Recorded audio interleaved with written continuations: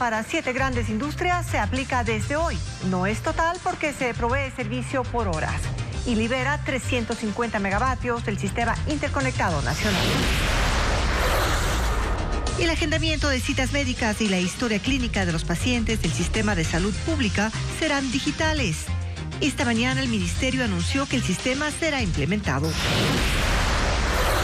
Por cuarta ocasión se suspendió la audiencia de la acción de protección planteada por la vicepresidenta Abad, mientras el gobierno baraja otros escenarios para no reemplazar al presidente Noboa en campaña.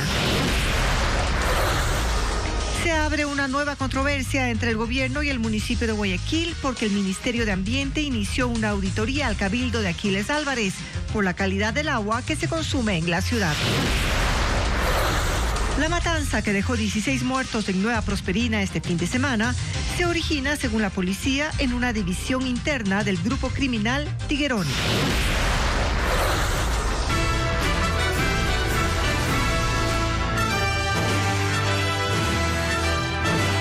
Buenas tardes, amigos, bienvenidos a Televistazo este lunes 16 de diciembre de 2024. Iniciamos con el conteo regresivo para la finalización de los apagones según el ofrecimiento del gobierno.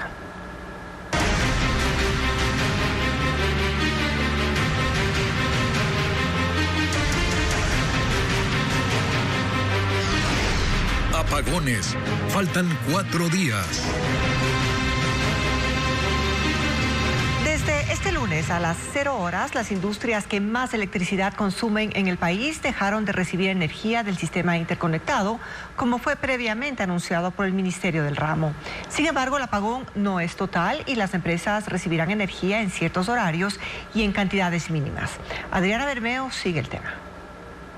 El apagón industrial se concretó hoy a las 0 horas. Las 7 compañías que más energía consumen, que integran el grupo de alto voltaje 1 y 2, dejaron de recibirla del sistema interconectado, tal y como lo había anunciado el Ministerio de Energía la semana pasada. Sin embargo, la desconexión no será total. Fuentes de las cámaras de industrias consultadas por Televistazo señalaron que por seguridad y para evitar mayores pérdidas, las empresas contarán con el servicio de energía en horarios y voltajes que serán definidos con las empresas eléctricas, pero el abastecimiento será mínimo y aún no se conoce bajo qué parámetros. A este grupo pertenecen 3 cementeras, 2 mineras y 2 acerías. En total consumen 350 megavatios, que son los que el gobierno quiere ahorrar para asegurar la provisión de energía para domicilios y el sector comercial, que son aquellos que ya no tendrán racionamientos de energía a partir del 20 de diciembre. En el caso de otras fábricas del sector alto voltaje 1 también tendrán una desconexión parcial. Los horarios ya han sido establecidos y publicados por las empresas eléctricas. La mañana de este lunes, representantes de las industrias han mantenido reuniones, pero por lo pronto no tienen fecha para un próximo encuentro con la ministra de Energía, Inés Manzano. Desde ya advierten caídas en la producción de hasta el 40% y pérdidas en las exportaciones que pueden superar los $100 millones del periodo que va del 15 hasta el 31 de diciembre. Este monto se suma a los $4.000 millones calculados por el Comité Empresarial desde que empezaron los apagones. 44 hidroeléctricas de 15 provincias son la principal fuente de electricidad del país. Una serie de pequeñas plantas y las de potencia media entregan el 30% de la hidroelectricidad del Ecuador. Francisco Garcés explica cuál es la situación actual. Este lunes empezó a funcionar la primera turbina de 68 megavatios de la hidroeléctrica Toachi Pilatón. Es la primera de las 3 de la Casa de Máquinas Ayuriquín, una de las 2 con las que cuenta este proyecto hidroeléctrico. La otra es Arapuyo, que también consta de 3 turbinas, aunque más pequeñas, pues en conjunto producen apenas 49 megavatios, que están en funcionamiento. Cuando todas las turbinas funcionen, generarán 254 megavatios. Desde la próxima semana producirá apenas 117 megavatios, convirtiéndose así en la 9ª central de potencia intermedia del país. Como estas hidroeléctricas, el país tiene 32 en 14 provincias, consideradas pequeñas y medianas, pero que sumadas generan el 30% de la electricidad hidráulica. De este grupo se destacan plantas como Mina San Francisco y Marcel Añado, porque aunque medianas, la generación de cada una es capaz de iluminar los hogares de 2 provincias. De ellas, Mina San Francisco, que está entre Azua y El Oro en el río Jubones, es la más afectada por la sequía, aunque no en la misma proporción, pero hidroeléctricas como Marcela, Niado de Wind también son afectadas por la falta de agua. Está entre Guayas y Manabí en el río Daule, y si bien puede generar 213 megavatios, este viernes solo alcanzó los 87 megavatios en promedio. Las demás hidroeléctricas consideradas pequeñas, con capacidades de entre 2 y 49 megavatios, juntas tienen la posibilidad de generar 770 megavatios. De este grupo, las que están ubicadas en el norte del país han mejorado su producción gracias a las lluvias de los últimos días, aunque no alcanzan sus niveles óptimos. El Ministerio de Salud anunció como parte de la digitalización en el sistema sanitario la creación de una agenda electrónica que funcionará en los teléfonos móviles de los pacientes. Según la entidad, el objetivo es optimizar la atención de los servicios. Carla Delgado amplía la información.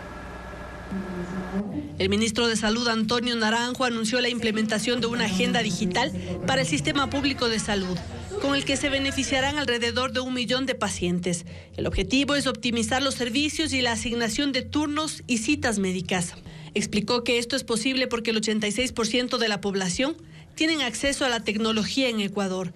La agenda digital funcionará en los celulares de los pacientes, según el ministro. Cada uno de los usuarios tiene acceso a su historia clínica, tiene acceso a las citas médicas, tiene acceso a recordatorios de sus chequeos preventivos, a informaciones de salud, a saber cómo va la consecución de sus medicamentos. Es decir, es un instrumento que nos acerca completamente al usuario y al sistema de salud que lo está prestando. El Ministerio de Salud inició la transformación digital de salud en el gobierno de Guillermo Lasso con un financiamiento de $50 millones y se extenderá hasta 2027.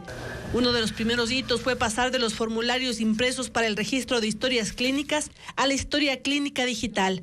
El ministro explicó que la transformación no ha sido sencilla. Probablemente la implementación de estos sistemas digitales han encontrado en los principales detractores a los médicos, que por temas generacionales y de comodidad se resisten al cambio. No resistimos al cambio.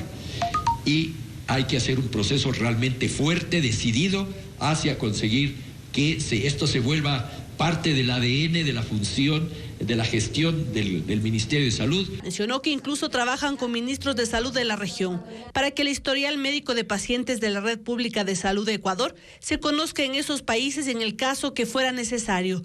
El ministro no dio detalles de cuándo empezará a funcionar la agenda digital.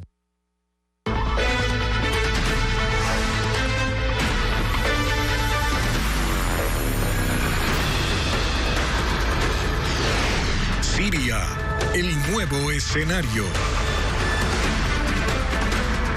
Medios extranjeros de prensa publican una declaración del exdictador sirio Bashar al-Assad sobre su huida a Rusia. Indica que no fue una salida planificada y que Moscú pidió su evacuación porque la base rusa en la que estaba de visita había empezado a ser atacada. Una semana después de la toma de Damasco por parte de fuerzas rebeldes y de la salida de Bashar al-Assad del poder, este ha publicado un comunicado en la cuenta oficial de Telegram que aparentemente sigue manejada por personas del régimen derrocado. Medios extranjeros de prensa recogen el escrito y es la primera vez que se sabe algo de al-Assad. Ahí escribe: mi salida de Siria no fue planeada ni se produjo durante las últimas horas de las batallas. A medida que las fuerzas terroristas se infiltraban en Damasco, me trasladé a Latakia en coordinación con nuestros aliados rusos para supervisar las operaciones de combate. La propia base militar rusa se vio sometida a un ataque intenso. Moscú pidió que el mando de la base organizara una evacuación inmediata a Rusia en la noche del 8 de diciembre. Y concluye diciendo que cuando el Estado cae en manos de los terroristas, cualquier cargo pierde sentido. Su salida ha dado paso a un tiempo en el que las fuerzas rebeldes del movimiento armado Hayat Tahrir al-Sham han tomado el poder y organizan la transición a un nuevo gobierno en medio de la incertidumbre sobre el futuro político y militar del país, que durante los últimos 13 años ha estado inmerso en una guerra civil, la brutal arremetida del régimen contra los opositores y los ejércitos rebeldes. Siria está entre la euforia y la incertidumbre tras la caída del tirano Bashar al-Assad. Demoró 13 años en sumarse a países de Medio Oriente que derrocaron a sus regímenes durante la primavera árabe. Y aunque las revueltas representaron el fin de gobiernos totalitarios, la mayoría de las naciones pasó de la revolución a la anarquía.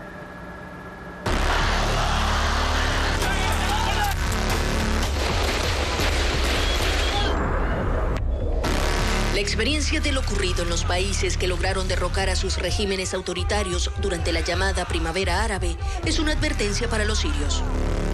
Las revueltas iniciaron en 2010 en Túnez y pronto se replicaron por decenas de países de África y Medio Oriente. Fueron relevantes en Egipto, Libia, Yemen y Siria hasta 2013 y terminaron con la caída de los tiranos, menos en Siria. Los que gozan de más estabilidad en la actualidad son Túnez y Egipto. Ambos pasaron por alzamientos militares posteriores a la primavera árabe y ahora tienen nuevos caudillos que han truncado los esfuerzos por tener gobiernos democráticos. Sin embargo, lograron algo de calma. Un panorama muy diferente se vive en Libia y Yemen. Cuando los libios se levantaron contra el régimen de Muammar el-Gaddafi, enfrentaron una cruel represión. Y lo que empezó como un movimiento pacífico terminó en una guerra civil. Gaddafi fue derrotado y asesinado, pero el conflicto interno se mantiene con grupos rebeldes disputándose el poder. En Yemen la situación es similar. Se rebelaron contra el régimen de Ali Abdullah Saleh en 2011 y lograron su salida un año después. Le siguió un gobierno de transición que también fue derrocado y desde entonces el país está fragmentado, con grupos rebeldes enemigos peleando por territorio.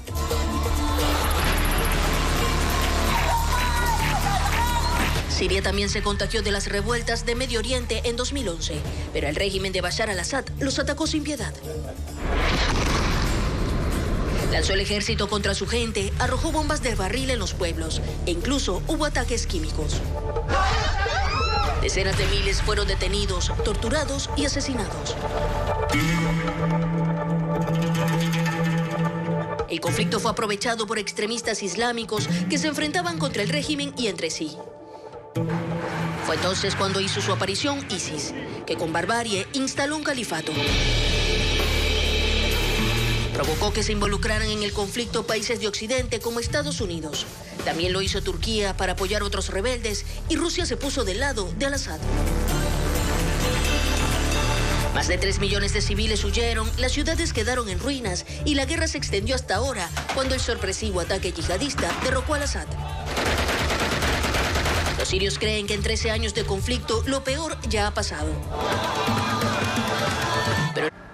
Por cuarta ocasión se suspendió la audiencia de la acción de protección presentada por la vicepresidenta Verónica Abad para revertir su suspensión.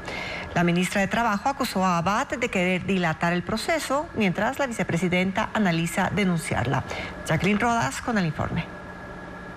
Este lunes se esperaba el final de la audiencia de la vicepresidenta Verónica Abad, pero se suspendió por cuarta vez. El motivo, que la sala de la Corte de Pichincha, que tramita la primera acción de protección presentada por Abad, no envió la documentación del proceso. Esa información es indispensable, dijo la abogada de la vicepresidenta, para contrarrestar las declaraciones de la ministra de Trabajo, Ivonne Núñez, que la acusa de perjurio y abuso del derecho por presentar 2 acciones por los mismos hechos. La ministra pidió a la jueza Nubia Vera que no suspenda la audiencia. Realmente quienes han tratado de dilatar y continúan es la legitimada activa. El criterio de esta ministra de Estado es que el caso debe continuar el día de hoy tal como usted lo estableció. Pero la jueza consideró necesaria la información. Los abogados de Abad ingresarán la documentación faltante y la audiencia se retomará este miércoles para las intervenciones finales. Tras esta nueva suspensión, la vicepresidenta anunció que analiza presentar una denuncia por calumnia en contra de la ministra. Yo voy, con lo que acabo de escuchar, con la ministra, una vez más, a hablar con mis abogados y aún mirar los procesos penales que esta señora debe tener por lo que acaba de hacer. La acción de protección es una garantía que debe resolverse en el menor tiempo posible. Sin embargo, ya han pasado 19 días desde el primer señalamiento de esta audiencia. La posibilidad de que el presidente de la República no pida licencia para la campaña electoral se admitió desde el gobierno. 2 constitucionalistas consultados consideran que la Constitución obliga al jefe de Estado a solicitarla, aunque reconocen que hay vacíos en la ley. Patricio Díaz conversó con ellos. El gobierno admitió la posibilidad de que el presidente de la República no pida licencia para campaña electoral. El ministro de Gobierno, José de la Gasca, en entrevista a Diario Expreso, reiteró que al ser un mandato para completar el periodo por la muerte cruzada, no necesita pedir licencia. Según el constitucionalista Javier Palacios, esa sería una interpretación literal de un dictamen de 2010 de la Corte Constitucional, que señala, en efecto, que los periodos producto de la muerte cruzada no se contabilizan como reelección. Pero recuerda que la reforma al Código de la Democracia en 2020 hace una referencia directa a que los dignatarios que opten por la reelección inmediata al mismo cargo deberán hacer uso de licencias sin remuneración desde el inicio de la campaña electoral. El presidente sí está formalmente optando por el mismo cargo y lo que busca el artículo 93 es garantizar una igualdad electoral en la campaña. El constitucionalista André Benavides coincide en que el presidente debe pedir licencia por el tiempo de campaña. La interpretación del gobierno solo aplica para el número de reelecciones, que según la Constitución es una sola. Pero esto tuvo como resultado que la Asamblea Nacional se haga una reforma porque veíamos que ciertos funcionarios públicos que estaban de presidentes lo que hacían era justamente utilizar el aparataje estatal para tener cierto tipo de beneficio, cierta ventaja. Y en el caso de que el presidente no tome licencia, el Tribunal Contencioso Electoral tendrá que definir si es o no legal la decisión, siempre y cuando alguien haga la denuncia. Sin embargo, ambos constitucionalistas coinciden en que hay vacíos. Por ejemplo, si no pide licencia, no existe sanción. Y si no existe una norma que regule una sanción, el presidente, suponiendo que incurriría en una inobservancia de dicha norma, tampoco podría ser sancionado. El régimen busca opciones para evitar que la vicepresidenta Verónica Abad asuma la presidencia durante la campaña electoral. El presidente deberá tomar su decisión en los próximos días, pues la campaña electoral empieza el 5 de enero e irá hasta el 6 de febrero. Se forja una nueva controversia entre el gobierno y el municipio de Guayaquil. El Ministerio de Ambiente inició una auditoría al cabildo que lidera Aquiles Álvarez, señalando que las aguas residuales contienen coliformes fecales por encima de la norma. Además, se revisan las licencias otorgadas para la explotación de canteras en la vía a la costa. Un nuevo capítulo se forja en la disputa abierta que existe entre el gobierno del presidente Daniel Noboa y el alcalde de Guayaquil, Aquiles Álvarez. Los desencuentros empezaron en octubre del 2023. Noboa era finalista en la contienda electoral y Álvarez anfitrión de las fiestas. El 9 de octubre de ese año, durante la sesión solemne que se desarrollaba en el malecón Simón Bolívar, una caravana de simpatizantes de Noboa pasó por el lugar. Álvarez reclamó por lo que llamó un irrespeto a la ciudad y por la inasistencia del entonces candidato a la invitación que se le había realizado. Apenas posesionado Noboa como presidente de la República, uno de sus primeros decretos, el 29º, tuvo como objeto retirarle al municipio de Guayaquil la delegación para la construcción del viaducto sur de la ciudad, el llamado Quinto Puente. Y claro, hubo reclamos. Reclamos que subieron de tono porque, según el alcalde Álvarez, el gobierno retrasaba injustificadamente la entrega de un aval que permitiría la llegada de un crédito de la Corporación Andina de Fomento para financiar la dotación de agua potable a Monte Sinaí. El aval finalmente se entregó, pero Noboa aseguró que fiscalizaría la obra. Álvarez le sugirió que mejor fiscalice a sus ministros. Pocos días después, el gobierno denunció a Álvarez, sus hermanos y su empresa Copedesa por comercialización irregular de combustibles. A estas alturas ya era feroz la pelea y en las fiestas de julio cada quien tuvo su sesión solemne. Pero allí no terminó la cosa. Asambleístas del oficialismo denunciaron a Álvarez por violencia política de género y a la empresa encargada de la recolección de basura en Guayaquil.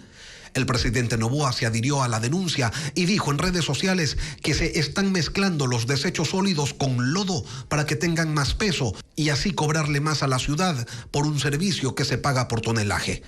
El más reciente de los episodios de este conflicto tiene relación con los controles que realizó la Agencia de Regulación y Control del Agua de la calidad del agua residual que proviene de 2 plantas de tratamiento y que se deposita en el río Daule.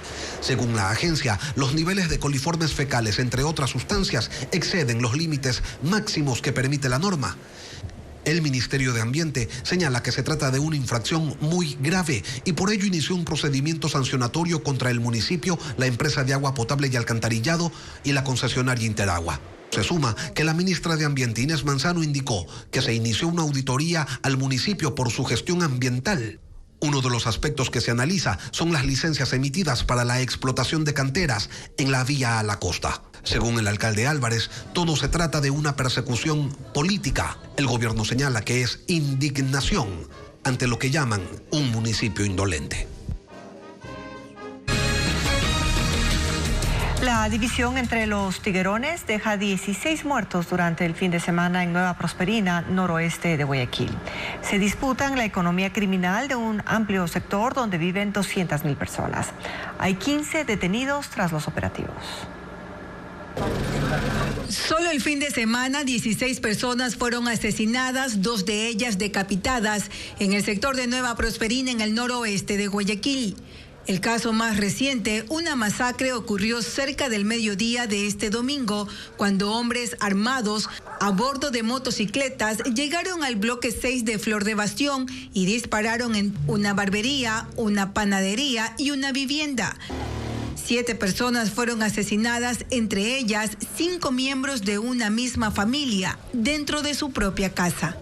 Según la policía, es una guerra del grupo criminal Los Tiguerones, divididos en 2 bandos, Igualitos y Fénix. Se disputan el poder absoluto de un amplio territorio donde viven unas 200.000 personas en varias cooperativas de difícil acceso. Fénix no se quieren alinearse a Tiguerones Igualitos y es por eso la pugna de poder que se ha dado en este territorio y prácticamente por las economías criminales que en este lugar se desarrollan, como es la venta de droga, el almacenamiento de droga, el almacenamiento de armas, los secuestros y las extorsiones. La información proporcionada por inteligencia policial señala que el enfrentamiento entre los tiguerones comenzó en julio aproximadamente, cuando uno de los bandos intentó aliarse a otros grupos criminales. El cabecilla de los tiguerones, Negro Willy, capturado en España en octubre, se enteró y ordenó las muertes. Desde el viernes, 4 unidades especiales de la policía ingresaron al sector en disputa.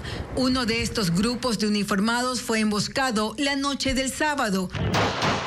Pero se fue la luz y los agentes lograron salir con vida. La policía dice que tratan de desarmarlos, pues estos operativos también incrementan los enfrentamientos. Se les merma en su armamento, en la droga.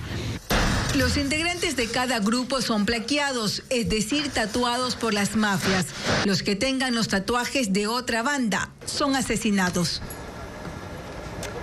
Esta madrugada, 180 presos fueron trasladados desde la cárcel del Inca hasta la de Cotopaxi. En el operativo, 800 militares y 270 policías dieron resguardo. Patricio Viera con la noticia. El amanecer de este lunes en la cárcel de Cotopaxi no fue como cualquier otro. A las 5 de la madrugada, 180 reos trasladados desde la cárcel del Inca en Quito llegaron bajo un riguroso operativo. La policía activó el Código Plata y desplegó 270 agentes y 15 patrulleros en el cerco exterior de la prisión. Desde las 7 torres de control, 3 francotiradores de la unidad de contingencia penitenciaria mantuvieron la vista fija en cada movimiento. Los reclusos llegaron en 5 buses de transporte interprovincial, escoltados por vehículos de las Fuerzas Armadas, incluidos 7 blindados Cobra 2. En donde se emplearon 800 efectivos militares y más de 50 vehículos. Los reos bajaron esposados en grupos de 10 y fueron enviados al pabellón de mínima seguridad. El operativo se extendió hasta las 6:30 de la mañana. Unas 30 personas se acercaron a la zona externa de la cárcel de Cotopaxi para solicitar información sobre los presos trasladados. Según las Fuerzas Armadas, los reclusos reubicados son de baja peligrosidad. Un ciclón causó estragos en el archipiélago de Mayotte, un territorio francés en el Océano Índico. Comunidades quedaron en escombros, no hay luz ni internet. Las autoridades han confirmado 14 fallecidos, pero creen que por la magnitud de lo ocurrido hay muchos más. Como si se refugiaran de un terremoto o un tornado, este grupo de personas se escondió debajo de las mesas durante el paso del ciclón Chido en el archipiélago de Mayotte, un territorio francés en el Océano Índico. Afuera, los vientos de más de 220 kilómetros por hora destruían todo a su paso.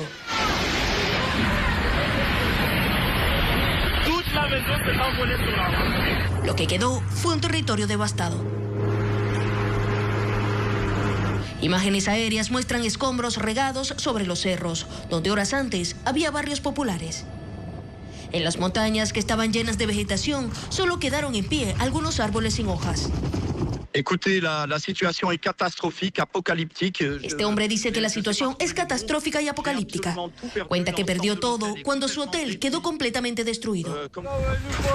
Por ahora se confirman 14 fallecidos y más de 200 heridos. Pero con la destrucción que causó, las autoridades temen que haya decenas de víctimas bajo los escombros.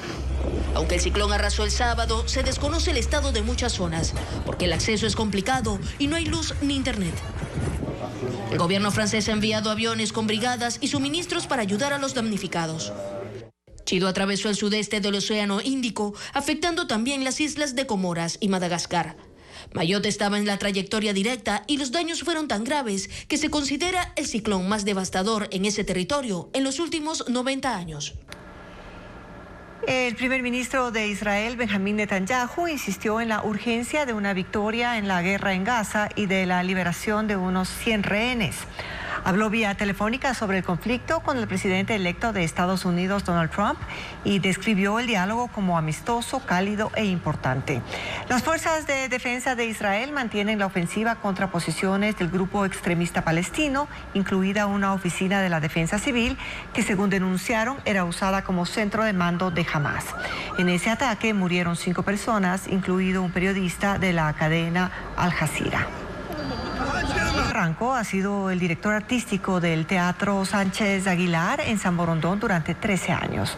Ahora este español se despide, deja ya lista una agenda de presentaciones para el 2025 y promete volver a ver a sus nietos. Estefanía Arias con el informe. Camina por esta sala con nostalgia y culpa a este espacio cultural de haberlo traído a Ecuador y anclado por 13 años. Ramón Barranco ha sido el director artístico del Teatro Sánchez Aguilar en San Borondón desde que se inauguró el 16 de mayo de 2012. Pero ahora, por una decisión personal, dejará el cargo y volverá a su país natal, España. Yo llevo trabajando 45 años. Voy a cumplir 68 y siempre he sido un convencido de que la gente tenemos que dar paso a la gente joven. Barranco, junto a su equipo de trabajo, han sido los encargados de los 3.000 espectáculos nacionales y extranjeros que han pasado por la sala principal, por la sala Saruma y por el café Vino Bar de este espacio. Encargarse de la cartelera del teatro ha sido todo un reto profesional para él. Seguramente tener en este teatro a una de las grandes compañías de circo del mundo, que fue Cirque Loise. Seguramente esa fue la más compleja. Se tuvieron que dar varias cosas para que surgiera, porque una compañía como Cirque Loise trae toda su escenografía en un container de 42 pies, que tiene que venir por mar. Pero este sitio también ha llenado su memoria de anécdotas. Yo cuando llegué a Guayaquil, una de las primeras personas casi que conocí fue un actor español que llevaba viviendo muchos años en Guayaquil, Antonio Santos. Yo le preguntaba si volvería a España, si no, y él me decía, no, yo acabaré mis días en Guayaquil y espero acabarlos encima de un escenario. Y así fue. Antonio Santos murió en este teatro hace algunos años y es nuestro duende, es el duende que nos cuida. Murió murió en un momento determinado, se sintió fatigado, cansado, bajó a camerinos y murió. Será a fines de diciembre cuando se despida de esta oficina, pero deja lista la agenda de eventos de 2025, porque afirma que en la ciudad hay amor por el arte y la cultura. De lo que hoy está pasando en esta ciudad, el Teatro Sánchez Aguilar tiene mucha culpa, mucha responsabilidad. Pero lo que tiene Guayaquil es una gente maravillosa. Eso me llevó de Guayaquil. Y asegura que no es una despedida, es un hasta pronto, porque uno de sus hijos se casó en Ecuador, así que volverá cuando nazcan sus nietos ecuatorianos. Destruyen un campamento de minería ilegal que estaba instalado a 4.000 metros en una zona montañosa de la parroquia Buenos Aires de Urcuquí, en Imbabura. Cristian Tinajero nos informa. Un centenar de militares del Comando Operacional 1 Norte subió por las montañas de Urcuquí, en Imbabura, hasta alcanzar 3 yacimientos de oro en la parroquia Buenos Aires, identificada como foco de la minería ilegal. La intervención se desarrolló en las zonas conocidas como El Olivo, Mina Vieja y Mina Nueva, a 4.000 metros. Allí se descubrió que alrededor de 2.000 personas habían cavado una red de túneles para extraer oro. Los uniformados desarmaron e incendiaron unas 10 estructuras que servían de campamento para los mineros ilegales, junto con maquinaria industrial. También hallaron 250 bultos de rocas con oro, listas para ser procesadas y comercializadas. Al descender a unos 10 kilómetros en el sector de Río Verde, decomisaron un fusil, 5 pistolas, 6 alimentadoras, 147 municiones y un sistema de radiocomunicación, con el cual aparentemente se extorsiona al personal que realiza esta minería ilegal. Asimismo, hemos encontrado todo el material que se emplea para la extracción ilegal de estos recursos. Según un informe de inteligencia militar, desde 2023 en estas zonas de Urcuquí operan las bandas identificadas como los Sarumeños y los Lobos. La intervención duró 72 horas. Solo una persona fue detenida. Esta mañana organizaciones indígenas de Napo realizaron una marcha en Tena y Archidona y rodearon algunas instituciones. Los edificios municipales de ambas ciudades dejaron de atender y comerciantes de la zona céntrica cerraron sus puertas. Entre tanto, un grupo de militares de la Brigada 17 de Selva custodia 6 puntos estratégicos de la provincia, como pozos petroleros y estaciones de bombeo de agua. La protesta en Napo contra la construcción de una megacárcel lleva 14 días.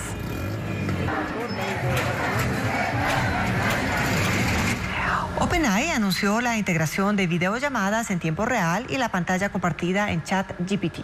Además, la empresa china Magic Lab tiene un grupo de robots humanoides trabajando en su fábrica.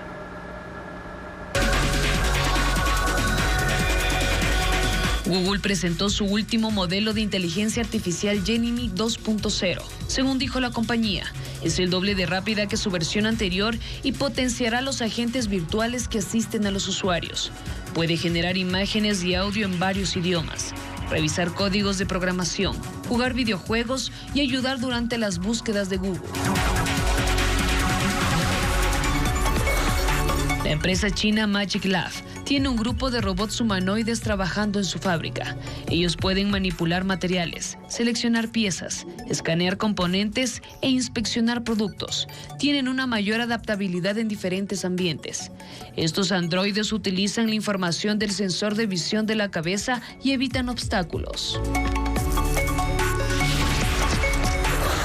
Sure, I'd love to. OpenAI anunció la integración de videollamadas en tiempo real y la pantalla compartida en ChatGPT. Estas funciones están disponibles en la aplicación móvil y permiten a los usuarios comunicarse con el chatbot de una forma más inmersiva y natural. Además del modo Papá Noel, en el que se podrá hablar con una voz como la de Santa Claus por las fiestas navideñas. And then go into this little drop-down menu and hit. Un documental alemán en la Asociación Casa Humboldt en Quito y la Orquesta Sinfónica Juvenil José Joaquín de Olmedo ofrecerá un concierto gratuito en Guayaquil. Estefanía Arias con la agenda cultural.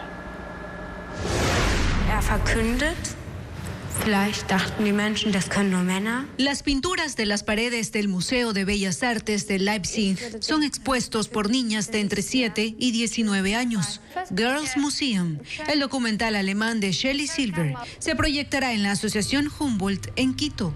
Estas menores describirán sus impresiones sobre estas piezas. La función gratuita será el martes 17 a las 6 de la tarde.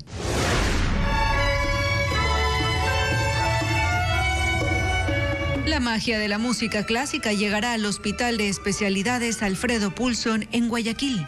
La Orquesta Sinfónica Juvenil José Joaquín de Olmedo ofrecerá un concierto navideño como parte de su programa Salud Arte, organizado por el Centro Ecuatoriano Norteamericano.